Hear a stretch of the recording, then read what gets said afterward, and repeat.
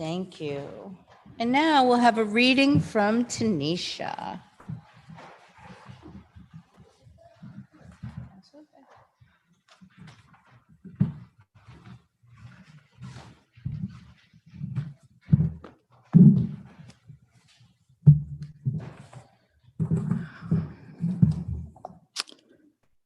James chapter 3, verses 13 through 18.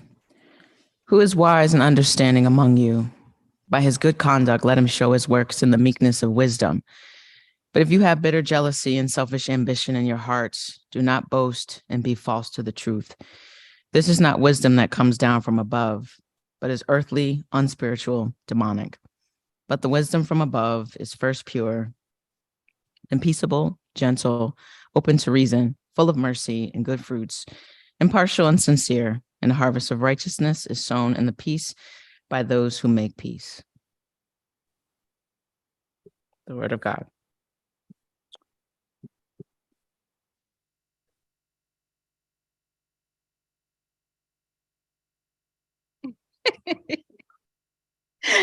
And now, would you please join me in reading the Congregational Covenant?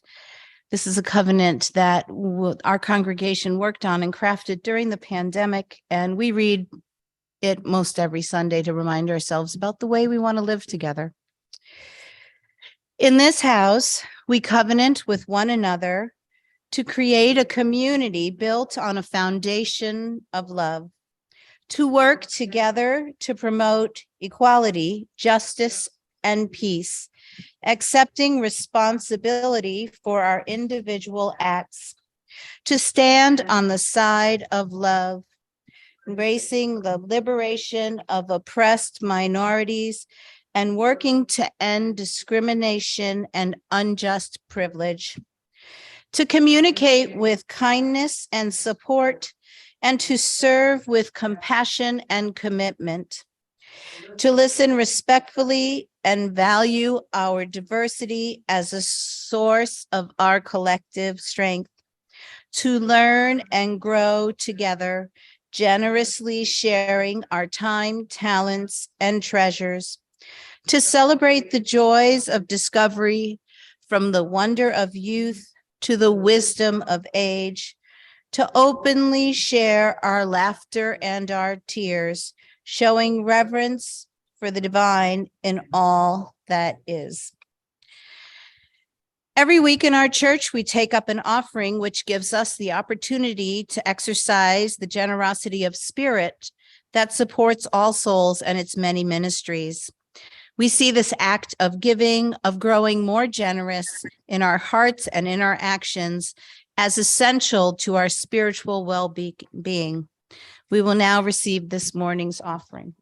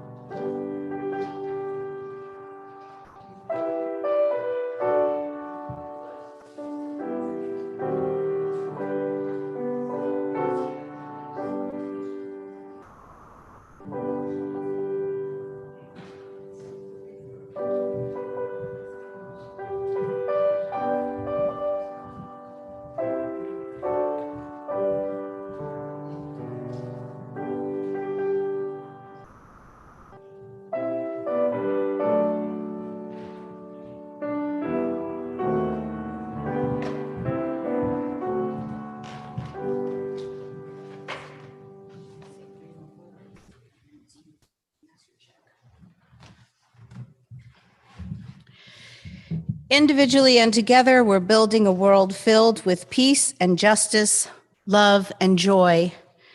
Each one of you, by your commitment of time, talent, and treasure, helps to make that grand vision real.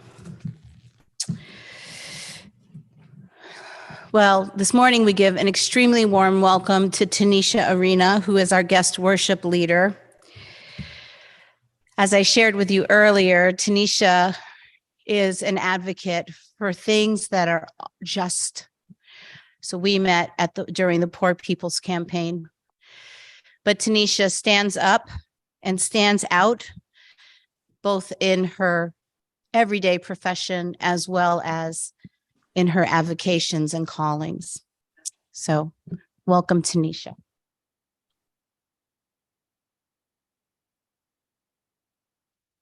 That's a lot. I feel like I just go to work every day. So in that reading, I picked it because it's thinking about wisdom for James. It's not merely intellectual, but it's also behavioral. So I want you to hold that. And can you hear me now? Okay, thank you. There's a quote by James Baldwin. I can't believe what you say because I see what you do. Transformative versus performative in the tale of two ideals. The realm of wisdom contrasted with that of selfish ambition. It's all here. We just need the wisdom to know the difference. So, good morning, saints, caints, and ain'ts.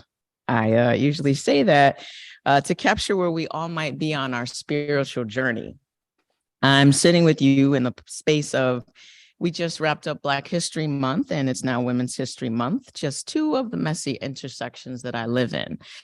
So much happens in our world daily that it feels like we often don't have a chance to catch our breath, to take it all in, to process the myriad of feelings of disbelief, shame, disappointment, rage, grief, and sorrow, while trying to find some semblance of joy.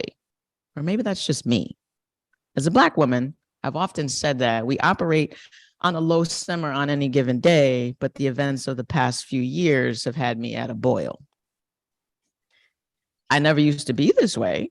Sure, I was upset, outraged, sometimes not shocked at the behavior of this country. It's on par because past is present. Our ancestors left us a blueprint. In 1964, Nina Simone sang, "Alabama's gotten me so upset. Tennessee made me lose my rest, and everybody knows about Mississippi. Goddamn." In 2023, Alabama's gotten me so upset, attacking gender identity and trans rights. Tennessee making me lose my rest, literally asking to make lynching legal again. And Mississippi, Jackson, the water. Goddamn. Texas, Ohio, Florida. God, nope, I won't say it again, but you get the idea. Overturning Roe, mass shootings, rolling back environmental protections, banning books. History matters, and Black history is American history. It's the ugly parts that we didn't wish we have to see or be reminded of, things we don't talk about. Bruno, Jada, and how this country built itself on the backs of enslaved Black folks, and the myth of meritocracy. Yet here I am, a living, breathing reminder, because I can tell you the story of my great-grandmother, Ella Mae Miller, who was the daughter of a sharecropper, Andrew Harris, in North Carolina. And my great-grandmother, she picked cotton, and she couldn't go to school. And she told me she moved north because she didn't want her kids, my grandfather and my great uncles, to have that experience or life. I'm standing here shouldering all of my identities and the weight of all that falls on our communities, living in as much freedom as I can in those identities and the restrictions placed upon me because of that social location. Knowing that my rights exist solely on judicial interpretation and can be rescinded at any time. Let me share some more history. My grandparents, an interracial couple in the 1950s in Connecticut, not the Deep South, but here in the North. My father was born in jail in 1959. He just turned 64. Anti-miscegenation laws were not struck down until 1967 with Loving v. Virginia. My paternal grandmother's right to vote, denied because of her sex, but not her race, 1920. My maternal grandmother's right to vote, not explicitly given, but certainly denied because Black women live in the messy intersection of racism and sexism. And here I am in 2023, and what are we doing? That experience matters. This history matters, and not solely because of feelings of guilt or shame, although I do believe that shame has its proper place. We should feel shame of allowing systemic and institutional racism to prosper while gaslighting, criminalizing, and pathologizing the folks experiencing and coping with the effects of it. There is shame in knowing something and doing nothing. There is shame in denying facts, using coded language instead of saying the truth out loud. The woke screen is a smoke screen. We all need to be woke. When you're awake, you see clearly, eyes open. You know history and facts. You aren't in denial, even if it makes you uncomfortable. Being woke means you change the conditions, not the truth. History teaches us. It reminds us. It asks, when this moment comes again, and it will, what will you do? Will you recognize it when you see it again in its raw form and through its sneaky evolution? Will you stand in the gap and act? There's a saying, when you know better, you do better. This is what we are called to do. Living this life, being in this space, it is a call to action. And being an ally, it's not enough. It's passive. It's just standing by. It's the low-hanging fruit. It's an easy place. When you put that Black Lives Matter sign on your lawn or the flag outside your house, it's making a statement to your friends and your neighbors. Absolutely. And there's more work to do. We need accomplices, co-conspirators, and strategic agitators in this work of dismantling white supremacy. Will you vote like my life matters in the privacy of the voting booth? Will you speak up for me and condemn social policies that hurt people like me? Will you march in these streets and demand systemic and institutional changes from those currently in leadership? Would you run for office to be that change that we need to see? Would you fight alongside me and even hide me in mine when the revolution comes again and we are at war for states' rights, for reproductive rights, LGBTQ plus rights, human rights? History matters. When I hear people say, oh, we've never been so divided as a country, there's a place inside of me that lights up because I revel in truth telling. And that's my role. And I'll say the Civil War was about what? People's states' rights. And I ask people to understand the context and finish the sentence. States' rights to what? Own people. We were so divided back then, we had a whole war in 1861. We're so divided now, we had January 6th, 2021. And I want to honor my Indigenous brothers and sisters. We are standing on stolen land that belongs to the Nipmuc, the Pecumtuck, and the Wabanaki Confederacy people. I acknowledge the memory of these Indigenous nations who, after having inhabited this land for more than 10,000 years, were displaced in the 1600s to 1700s by English colonial settlers, colonizers, who exploited Native generosity and provoked warfare. Land acknowledgements, they're cute, but it's basically saying, we know we have your stuff. You know that we have your stuff. And we want you to know that we have your stuff. Okay, thanks. Bye. That's performative at best and disrespectful at worst. If we aren't working through plans to give these lands back, we should be writing checks for land leasing and renting because that's what happens under capitalism. We pay the landowners for the use of their property. The next time you hear a land acknowledgement, ask the people in charge, what are their plans for giving the land back or writing some overdue checks? That's transformative justice and not performative allyship. See the difference? The ideology that one group has the right to enslave another with moral authority and superiority has hurt us all. I'm often saying white supremacy is the Windows 10 of this country. It's always running. And just like you're using your computer, folks out there on Zoom, you don't have to think about what it's doing. That's white supremacy at work. It's also like high fructose corn syrup. It's in everything. And then you go looking at something else and you're like, oh my gosh, it's in that too. Everywhere. With that in mind, it doesn't matter the solution. It doesn't matter the browser, the program that we create, or anything that we try to open. It all has to run through this operating system. White supremacy, a culture of dominance and superiority, isn't the shark in the water. It's the water. I want you to check your privilege like you check your phone. Look for it. Know that it's there.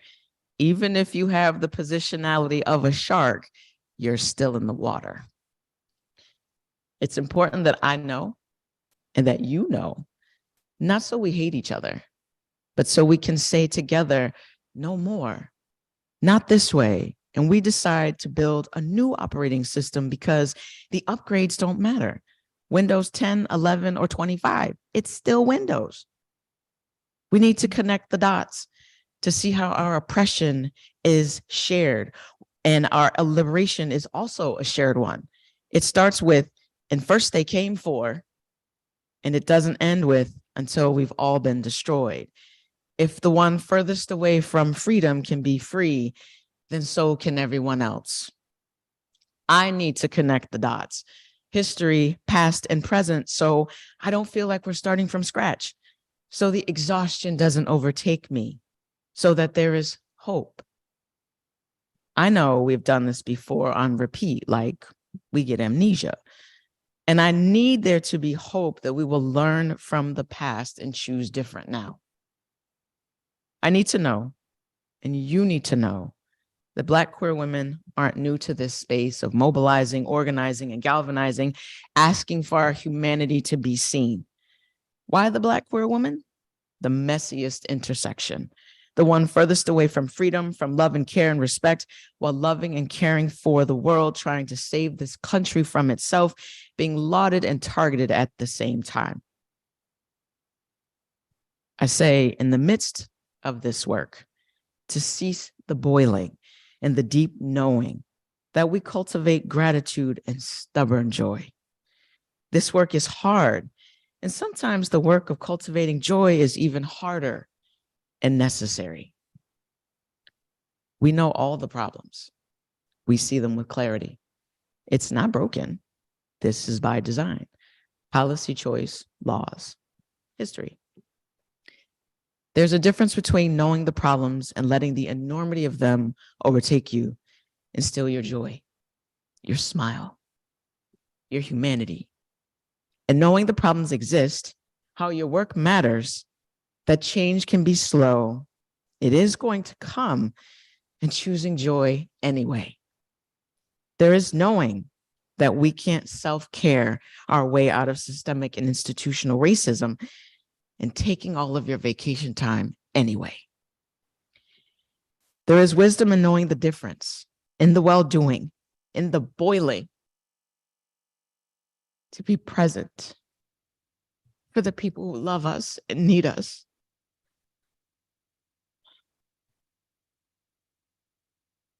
We can still choose joy, to share our faith together, to heal the hurt together, and to belly laugh until we cry.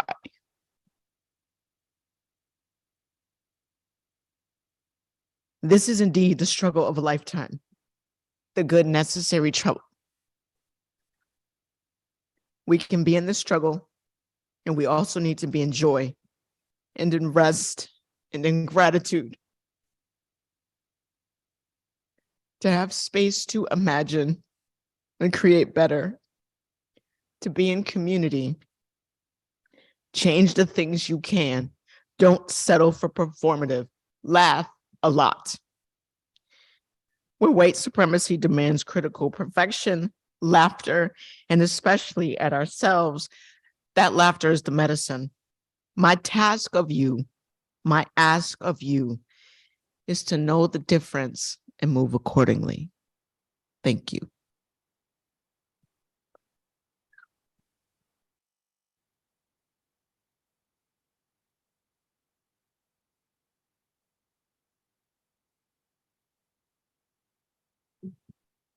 Powerful. I just want you to take a minute and let what Tanisha just said resonate with you.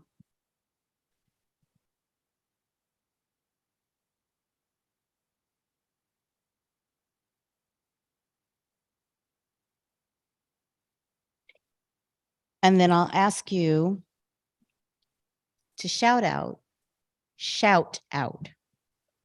one word that's sticking, that's echoing. It doesn't matter. You don't have to take turns. You can say it all at once, but it will give energy into this room and give love and joy back. Because when someone stands and is so courageous, validation and acceptance is needed. So, ready? Shout your word.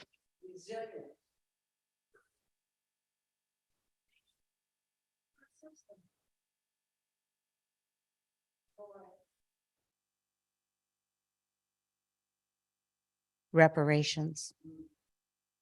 Thank you. Now I invite you to stand and sing a chestnut. This is number 207. Earth was given as a garden.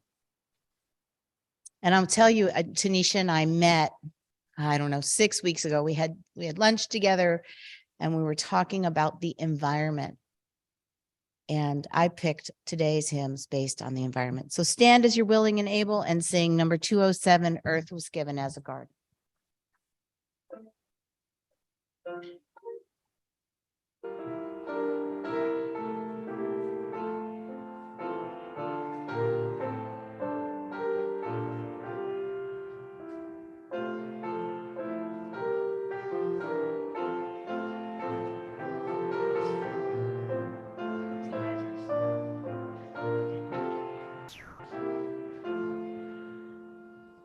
Earth was given as a garden, cradle for humanity,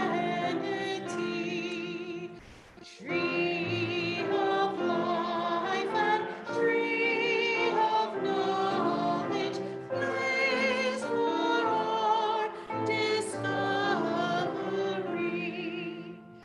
Here was home for all your creatures, born of land and sky and sea, all created in your image, all to live in harmony. Show to us again the garden where all life flows fresh and free. Gently guide your sons and daughters into full maturity. Teach us how to trust each other, how to use for good and love, how to touch the earth with reverence, then once more will lead and flow. Bless the earth and all your children, one creation make us whole. Interwoven, all connected, planet-wide and inmost soul. Holy Mother, life bestowing, bid our ways and warfare cease. Fill us all with grace of glory. Teach us how to live in peace.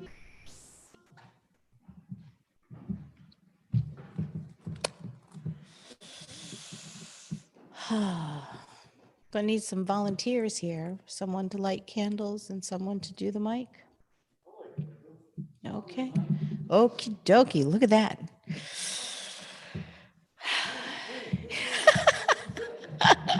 By default, it is you. Take away.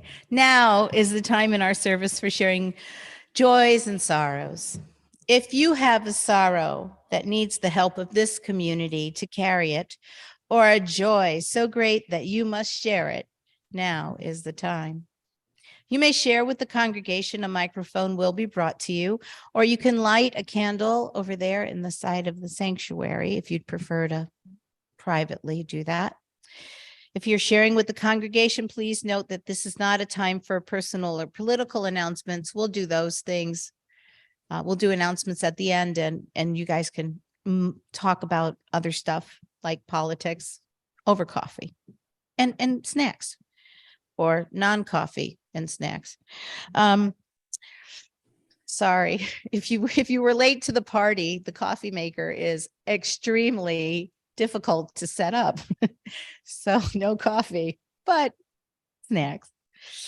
Anyway, a really great joy. The first joy that we always have is to have visitors here at All Souls. And during this time of sharing, we invite you to share your name so that we can just welcome you. This is not mandatory, so please don't feel bad if you choose not to. It's totally fine. We just love the opportunity to welcome people. So now it's time for sharing joys and sorrows. Just raise a hand if you got one. There you go.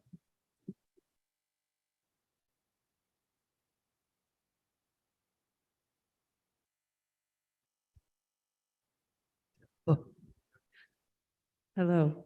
Hi. My name is Simone.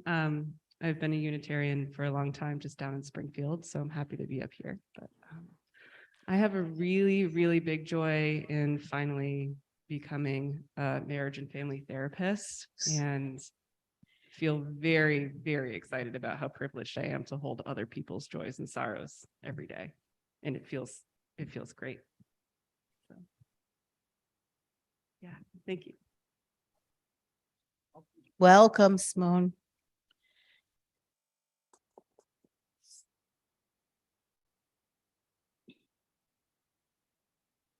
Morning, my name's Russ.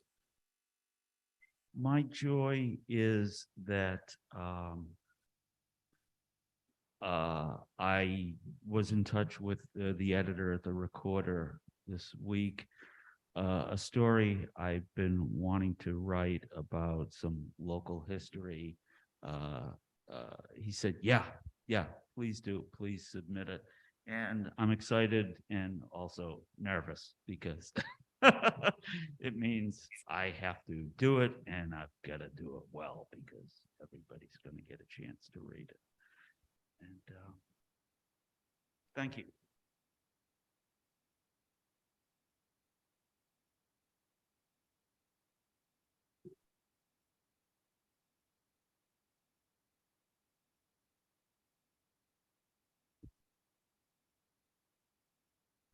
Hi, I'm Sandra, and I'm just filled with gratitude for Sheena's message this morning, for her presence here with us.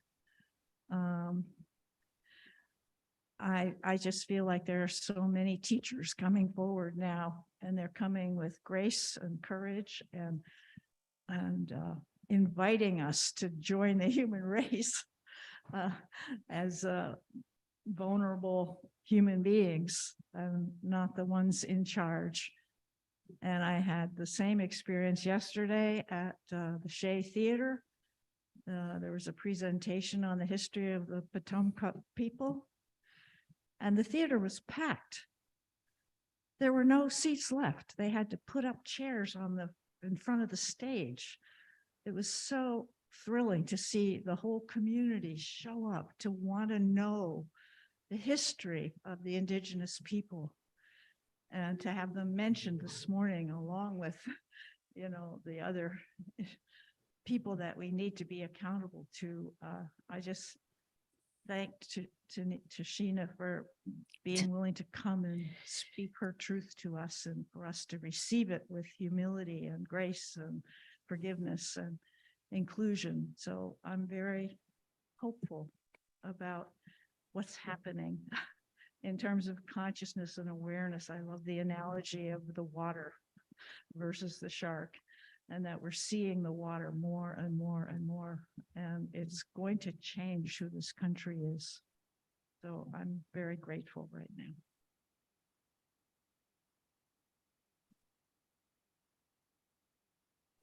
Annie, over there.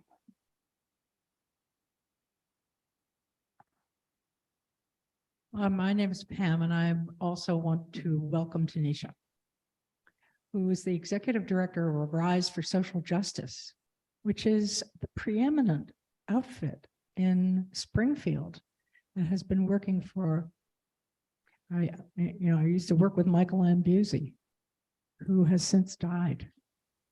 But Tanisha also has been working in other places, and one of them is Greenfield. And so I'm extremely grateful to Tanisha for the work she's been doing on our police force, which is a very significant piece of work that we are still grappling with right now. And thank you, Tanisha, for all the contributions you're making to the world. Thank you. Thank you, Pam.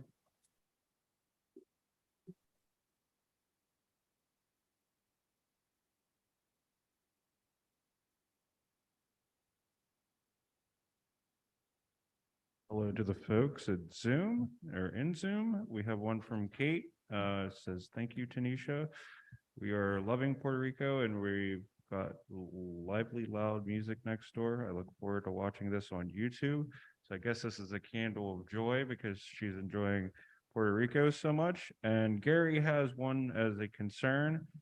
We are sitting here at our veterinarian hospital in Deerfield waiting for results from the vet about our cat. He woke up with some issues this morning that we felt needed immediate attention. And I have two candles of sorrow. There was another derailment that happened on a Norfolk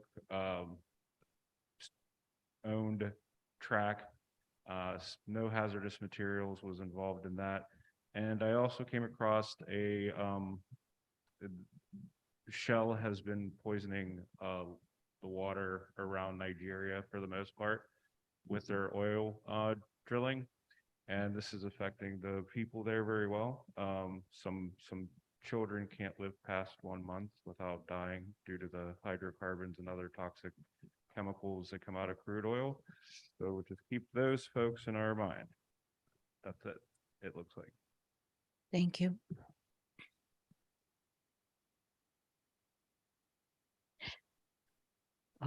Good morning, church. Annie Hassett here. I also would like to thank Tanisha. Broken open. I'm woken open yet once again. Grateful. And bringing forth joy and good amongst so many challenges. I thank you so much from the bottom of my heart. Thank you. Sorrow. My friend's mother is maybe passing soon. Name is Sandy, so I'm holding her there.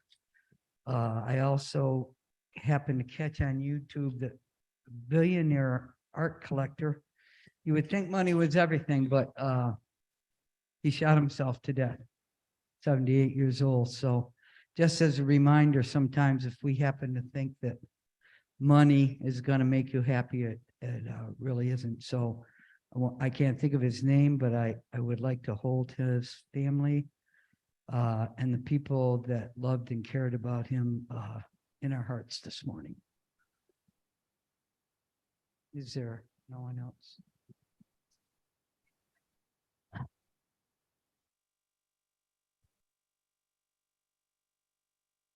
Would you light one candle for all the concerns and sorrows that have not been spoken? And would you light one candle for all of the joy that people hold in their hearts?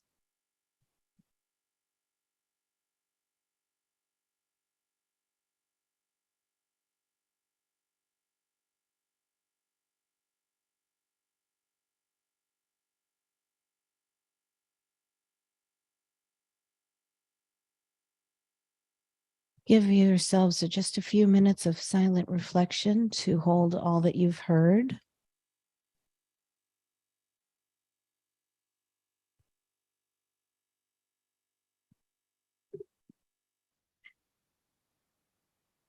Thank you.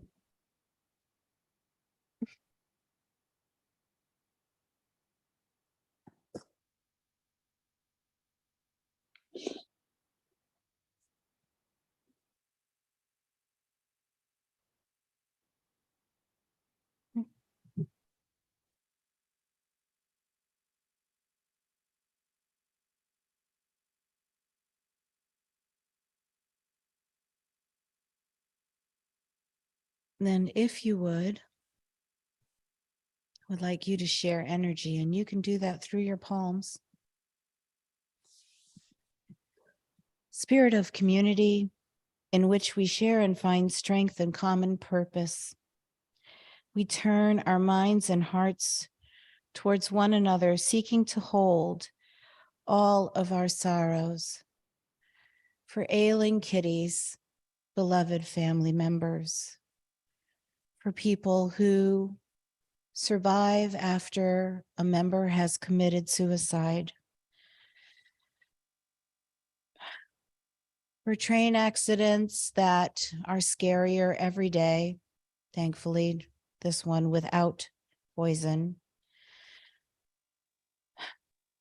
We pray that companies learn that their effects are killing people and they make better and other choices, and that the capitalistic system becomes less about money and more about people. So maybe we'll call it something else. Let us hold up Simone's new vocation and her ability to hold people's joys and sorrows on a daily basis. Let's lift Russ up as he takes the chance and writes the article. So much gratitude for Tanisha, for her courage, for her work, for her being, for her presence.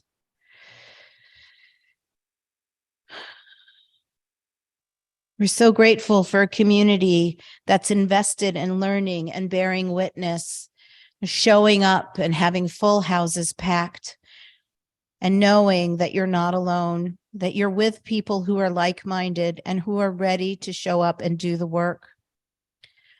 For vacations in the tropics and being able to still be here from far away.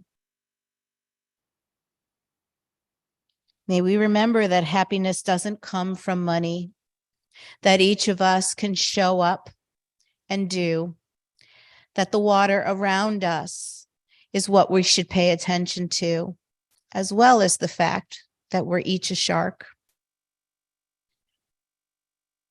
Let us know that the magnanimity, the enormity of sorrow in this world can be matched by our joy and reclaiming of laughter. Let us open ourselves to the place of quiet, to the silent prayer for the healing of pain and the roar of love. Blessed be. And I invite you to join us in singing Prayer to Friends, which you should find in the front of your hymnal. It's an insert in the front of your hymnal. It looks like this.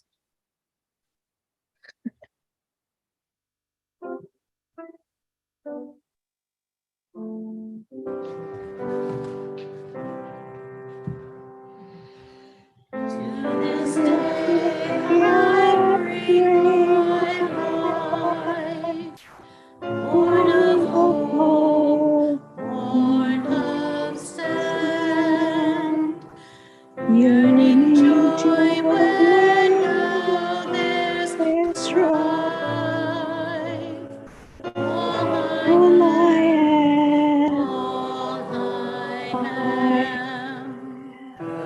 Help me to see what I must see. Help me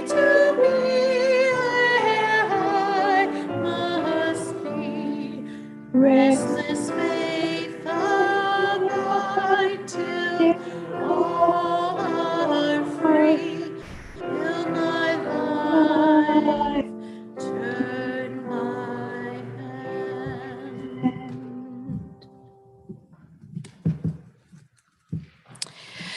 Before I get to today's benediction, are there any announcements?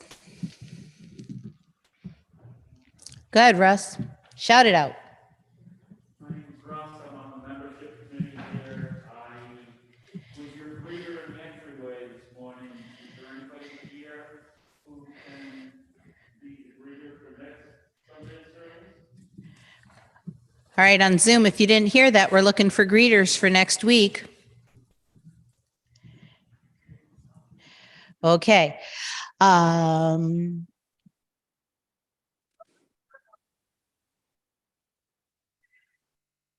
We have gotten Dr. Kit Johnson to agree to do choir once a month. We will not be rehearsing in the evenings as we have before. For those of you who don't know us, we have the best, pardon my French, kick-ass choir. Everybody came here for the music and we sang 2 or 3 times a month before the pandemic. So, as the soprano section leader, I can tell you after 3 years of not singing, I'm ready. So, there will be it's going to be a pickup choir. We're going to try to have lots of fun, and we will be meeting at 9 a.m. On Sunday, March 23rd. So, ta-da, Pam.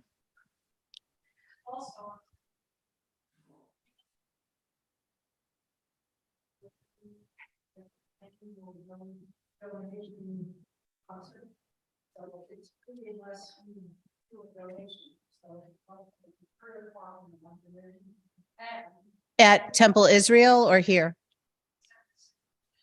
Okay, so Eventide at 3 p.m. on March 23rd. I'm saying it again for Zoom. We'll be having its annual concert. It's a donation base. And if you haven't heard Eventide, they're an amazing group of singers who go and sit at deathbeds and sing people out.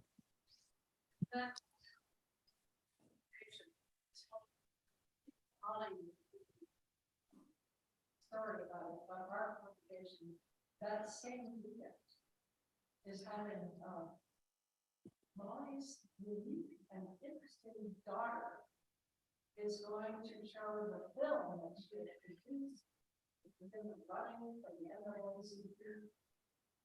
And I didn't think at all was right in the running. So Essie Chambers, who wrote Descendants, which you can see on Netflix, is a daughter of Molly Chambers, who is a member of our congregation and leads our social justice committee. And that film is being played at the Garden. Okay, so it's a ticketed affair and it's the same weekend, the weekend of March 23rd. Yeah, oh, the 20, okay. Okay, thank you. Yeah, right. So we're singing on the 26th. The concert's on the 26th and Essie's movie's on the 25th.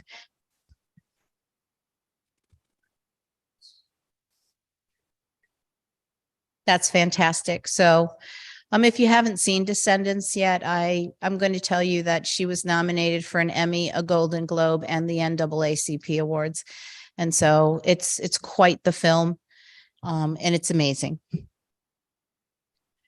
Okay. You got more, Pam? Woo! Wealth of information.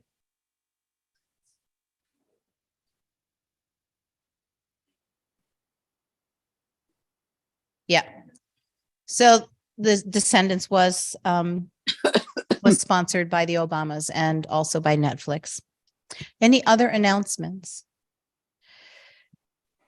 Okay.